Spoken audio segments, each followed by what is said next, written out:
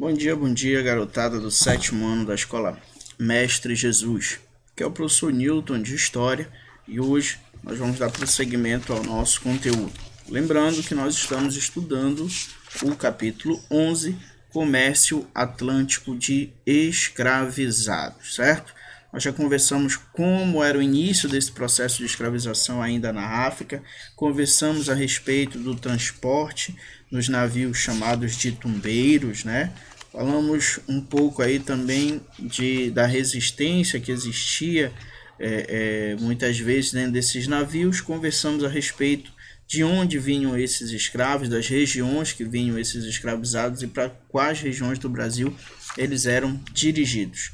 Hoje nós vamos conversar, para finalizar o capítulo, a respeito dos tipos de escravos e da resistência escrava, certo? Então vamos lá, tipos de escravos. Basicamente, nós tínhamos os escravos, que a gente chama de especializados.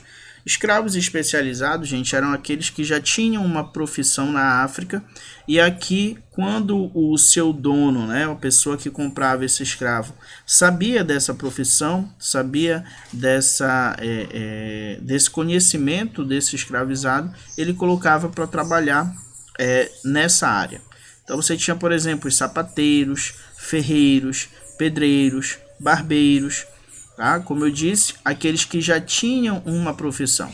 Aqui embaixo eu coloquei uma imagem representando aí os barbeiros, né? Muitas vezes o dono, a pessoa que comprou esse escravo, utiliza essa profissão em benefício próprio. Por exemplo, nas fazendas de açúcar, os mestres do açúcar, aqueles escravos que conheciam todas as técnicas de produção do açúcar, eles tinham menos trabalho, né, porque tinham conhecimento técnico, no caso, do que os que não conheciam, que precisavam trabalhar na lavoura em si. Tá? Abaixo vem os escravos domésticos. Os escravos domésticos faziam todas as atividades domésticas, né? Cozinhar, arrumar a casa. Alguns eram chamadas amas de leite, né? Elas amamentavam os filhos da mulher do dono da fazenda, do senhor, né? Outras se tornavam damas de companhia, acompanhavam a filha do dono delas, né? Muitas vezes naquela época os casamentos eram arranjados, então meio que para vigiar a filha, o dono acabava colocando uma escrava para ser a dama de companhia dela, ajudava a se vestir, acompanhava as missas e tudo mais, tá? O problema é que às vezes a dama de companhia e a mocinha acabavam ficando muito amigas, e aí uma escondia, no caso a escrava acabava não falando as coisas que a filha fazia, né? E aí dava meio errado o plano do patrão. Fora isso, gente, esses escravos domésticos, eles têm condições melhores de sobrevivência, tá? Como eles estão próximos aos donos da fazenda, tudo mais, próximos aos senhores, eles têm condições, digamos assim, um pouco mais privilegiadas se for comparar com os escravos da lavoura, que era o trabalho mais penoso, tá? Depois, os escravos de ganho. Escravos de ganho, gente, eram escravos que trabalhavam como ambulantes. Eles trabalhavam vendendo, principalmente nas ruas da cidade. Tá aqui, ó. Aqui eu coloquei para vocês, esqueci de falar, os escravos domésticos, tá? E aqui os escravos de ganho. Eles trabalhavam vendendo. No caso aqui, gente, são escravos de ganho especializados, tá? Então o que acontece? Com o dinheiro que eles arrecadam dos seus produtos vendidos, parte ficava com eles e parte ficava com os seus donos.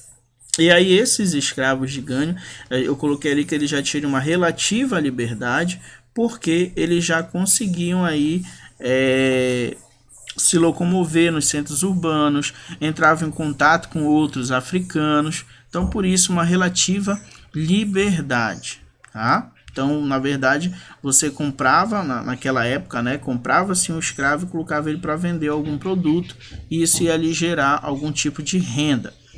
Os escravos do eito, gente, era o trabalho mais penoso, tá? Eram os escravos que iam para as fazendas.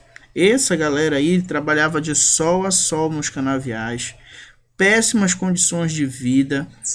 Quando faziam algo considerado de errado, ainda eram castigados, mereciam, segundo a época, castigos físicos. A rotina de trabalho era pesadíssima. Acordavam cedo, trabalhavam muitas horas sob o sol. Imagina se trabalhar aí no sol de meio-dia, 1 hora, 2 horas da tarde, né? Pois é, no meio de um canavial. Olha só. Além do mais, a alimentação deles não era adequada e muitas vezes, no momento aí da colheita, eles acabavam trabalhando até durante a noite. Aí eles iluminavam com tochas, né? Lembrando que naquele período, gente, naquele período não, e até hoje é assim, tá? O trabalho manual, até hoje não, desculpa, né? Eu vou reformular o que eu vou dizer. Naquele tempo, o trabalho manual era tido como coisa de escravos. Ou seja, é como se o trabalho manual não fosse algo digno. O que é dessa ideia que a gente traz até hoje? Muitas pessoas, gente, têm aversão ao trabalho manual. A gente hoje, qual é o reflexo disso na nossa vida hoje? Nós valorizamos muito mais o bem do que o trabalho. Como assim, tio? Você tem um vídeo aí, né, do Cardoso, que trabalhava aí na Grande Família, que ele diz o seguinte: você é capaz de gastar 1 milhão em uma casa, e aí você contrata, ou seja, a casa é a coisa, né, é o bem. Você gastou 1 milhão ali, é uma casa grande, e você vai chamar alguém para pintar a sua casa, você quer que saia tudo perfeito. E aí a pessoa dá o valor dela de 1 milhão. E aí você acha caro, né? Por quê?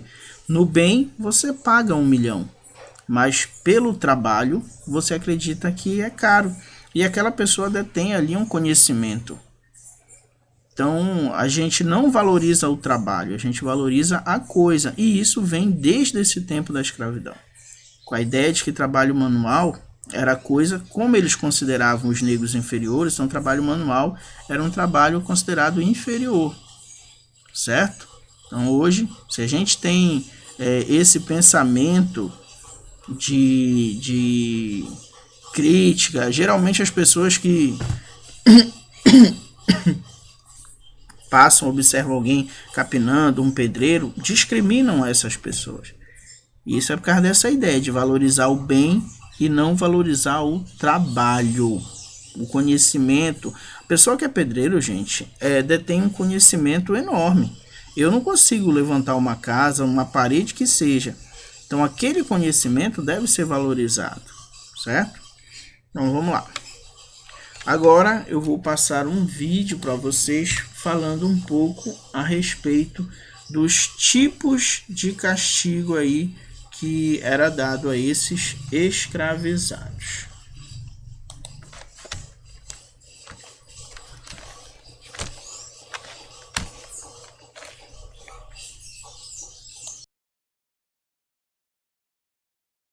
Olá, eu sou a Caroline Ferreira. Seja bem-vindo ao canal Fatos Desconhecidos. Na história por trás da história de hoje, nós vamos falar sobre as punições ou torturas mais severas que aconteciam aos escravos. Ao falarmos em escravidão, é difícil não pensar nos comerciantes portugueses, espanhóis e ingleses que superlotavam os porões de seus navios de negros e africanos, colocando-os à venda de forma desumana e cruel por toda a região da América. Sobre este tema, é difícil também não lembrarmos dos capitães do mato, que perseguiam os negros que haviam fugido do Brasil, dos Palmares, da Guerra de Secessão dos Estados Unidos, da dedicação e ideias defendidas pelos abolicionistas e, claro, de muitos outros fatos ligados a este assunto. Falando nisso, hoje veremos algumas das punições e torturas mais usadas nos escravos. Número 1. Anjinhos, que de anjinho não tem nada, tá? Esse pequeno aparelho já foi considerado um dos mais cruéis para John Newton, nada mais nada menos que um comerciante de escravos. Ele em seu diário afirmou que nunca usou o aparelho em escravos, mas conhecia capitães de navios negreiros que o utilizavam. O aparelho, apesar de pequeno e portátil, funcionava de modo bastante eficiente. Nele, o escravo era obrigado a colocar seus 2 dedos polegares e estes eram esmagados com plaquetas de metal que podiam ou não ser pontiagudas. Quer dizer, o resultado é que com a pressão desse aparelho, sendo uma pressão tão grande, os dedos ficavam estraçalhados. E é claro, né, de anjinho só o nome mesmo, porque por mais pequeno, era um aparelhinho que causava um grande estrago. Número 2, máscaras. Você com certeza já ouviu sobre elas, ou, se não já ouviu, viu imagens que retratam esse período, mas você sabe como elas eram usadas nos escravos? Variações de máscaras de ferro foram por muitas vezes utilizadas. Uma dessas variações consistia em uma espécie de castigo para o escravo que tentasse fugir, e funcionava da seguinte maneira: quando capturado, esses escravos eram acorrentados e eram levados para cidades, onde eram obrigados a realizar os trabalhos mais árduos e, claro, pesados. E como os escravos tinham um verdadeiro pavor desse tipo de exposição e também do que poderia acontecer com eles, muitos acabavam se matando, envenenados ou até mesmo se sufocando, engolindo uma grande quantidade de terra. Para evitar esses suicídios, as máscaras eram utilizadas. Essa mesma máscara também era utilizada para punir os escravos que furtavam cana ou rapadura para poder comer. Com a máscara, eles chegavam a passar alguns dias sem conseguir se alimentar como punição. Olha que absurdo! Número 3. Tronco e açoite. Essa daqui é a punição ou tortura mais conhecida pelo que entendemos de escravidão. O tronco sempre foi muito retratado nos livros de história e não foi à toa, tá? Visto que era um dos castigos mais temidos pelos escravos. Aqui no Brasil, na época da escravidão, por exemplo, o castigo do açoite era considerado legal. O senhor de engenho podia pedir autorização do intendente da polícia baseado no Código Penal, que determinava o número de chibatadas que o escravo deveria levar segundo o seu delito. Durante a punição, o torturado era amarrado literalmente a um tronco e açoitado com um instrumento feito com tiras de couro. Durante as sessões, era natural o chicote acabar arrancando pedaços da carne, assim que o escravo perdesse bastante sangue, sendo tão incomum o fato de que alguns deles se desfacelassem de choque hipovolêmico. 4. Bolo. Apesar de você estar pensando que aqui a gente fala bolo e parece comida, né? Mas não tem nada a ver com comida. O bolo era um castigo que consistia em bater na mão do escravo com uma espécie de palmatória de madeira. Mas se engana quem acredita que essa punição era leve, visto que esse instrumento tinha a capacidade de simplesmente destruir a mão de um escravo. E a gente sabe, um escravo sem mãos e pernas para trabalhar, ele era uma ferramenta inútil. Número 5. Colar de pescoço. Esse aparelho era uma espécie de colar de metal que possuía picos salientes e cujo objetivo era lembrar o escravo dos seus delitos. O equipamento torturava, pois além de muito pesado e desconfortável, ele era deixado por meses no escravo, que não conseguia descansar durante a noite e acabava tendo jornadas de trabalho mais cansativas por conta dele. Número 6. Viramundo.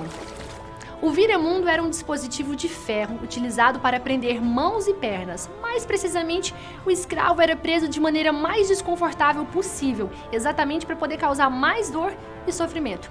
Por isso, a mão esquerda era presa ao pé direito e a mão direita ao pé esquerdo. O escravo podia passar até mesmo dias nessa posição. De uma coisa a gente tem certeza: o tempo da escravidão foi marcado por muita violência e injustiça social. Mesmo depois da abolição da escravatura, os negros continuaram sofrendo com o preconceito e o desrespeito da sociedade brasileira.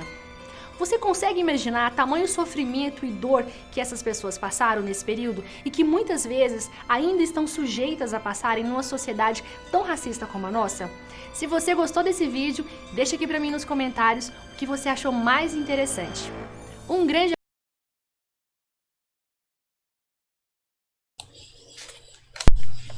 Voltei, coleguinhas. E aí, perceberam, né? Esses eram os principais castigos. Tinham outros, tá, gente? Tinha botar o escravizado de cabeça para baixo e passar mel no corpo dele para que insetos fossem lá, deixava dias lá pendurado. Esses açoites, eles tinham, alguns tinham na ponta esferas de metal, né? Então era a madeira onde segurava o capataz, tinha as tiras de couro e na ponta das tiras de couro muitas vezes eles utilizavam esferas de metal para dar esse castigo. Então era algo que de fato dilacerava a costa desse escravizado, e muitas vezes depois do castigo eles ainda mandavam jogar sal. Tenta, gente, pegar um cortezinho que seja de vocês e colocar sal. Não tenta não, tô só falando, tá? Arde muito, às vezes até um suor que cai arde, né? Então imagina, eles colocavam, chamavam de salmoura, né? Colocavam nas costas do escravizado sal, então a dor era insuportável, gente. Então, tamanha foi a crueldade desse processo de escravidão mantido no Brasil por muitos anos. Aqui a máscara é incrível, né? Colocava uma máscara para que esse escravizado não cometesse suicídio, engolindo terra, gente. Eles engoliam terra para cometer suicídio. Olha o desespero, olha como era desesperador esse processo de escravidão. Vamos lá para finalizar a aula de hoje. Resistência escrava.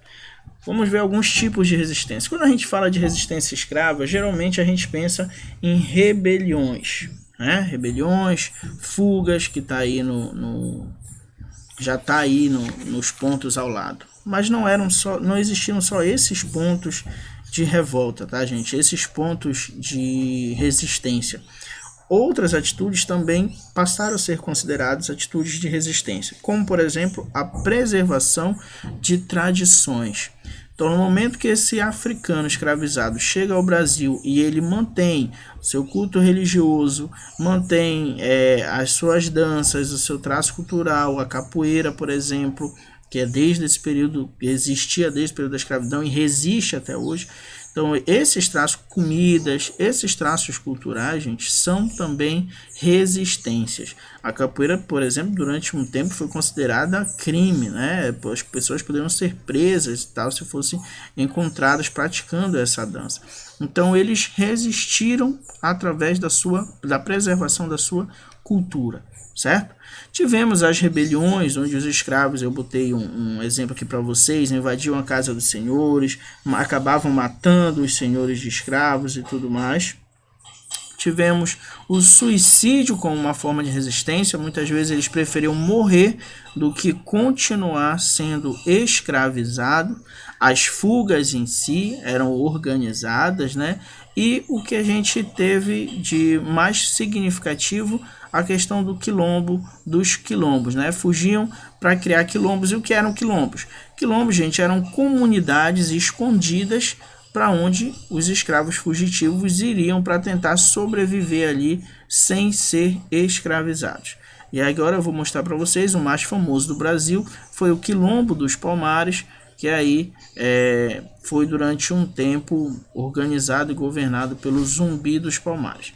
Pega lá o livro de vocês, tá? Na página 46, lá embaixo tem um texto que a gente vai ler agora.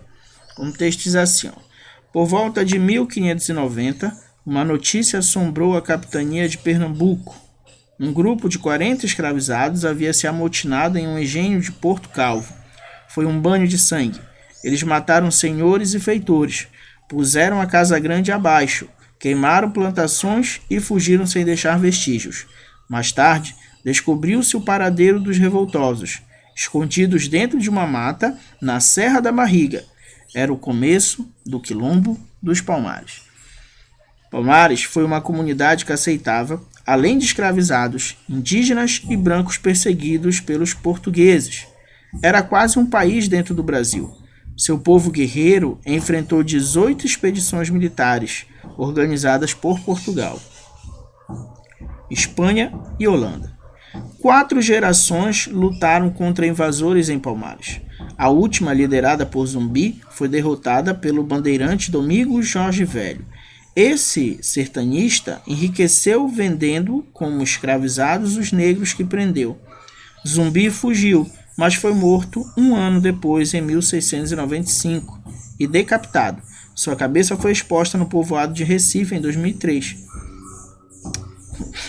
Sua cabeça, olha a importância dos pontos, né?